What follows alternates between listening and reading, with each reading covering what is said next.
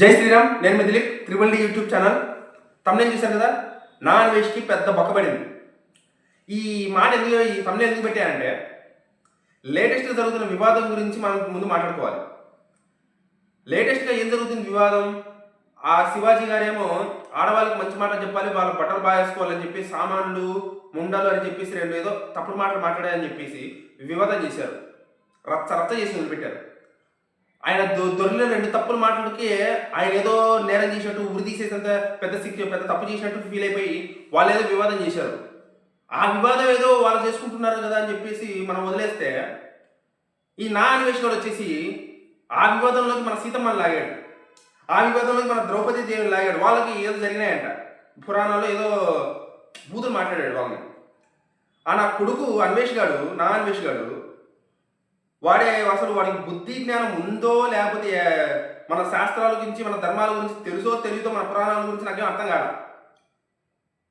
వాడికి బొక్కబడింది ఎందుకు పెట్టానంటే తమ్నేల్లో, వాడన్న మాటలకి 1,00,000 మంది సబ్స్క్రైబర్లు ఎగిరిపోయారట ఒక్క రోజులో 1,00,000 మంది సబ్స్క్రైబర్లు ఎగిరిపోయిన తర్వాత వచ్చి నన్ను క్షమించండి అని చెప్పేసి మళ్ళీ ఇంకో వీడియో రిలీజ్ చేశాడు.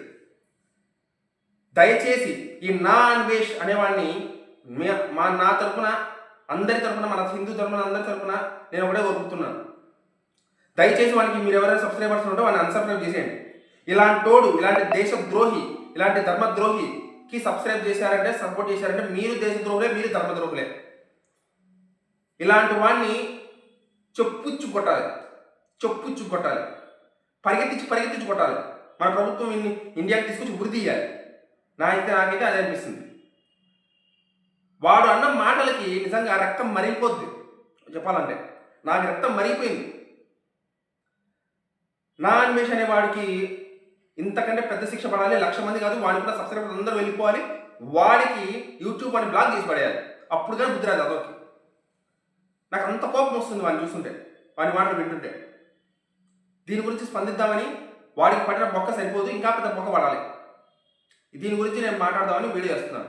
మీరేమనుకుంటారో కామెంట్ చేసి చెప్పండి. జై హింద్.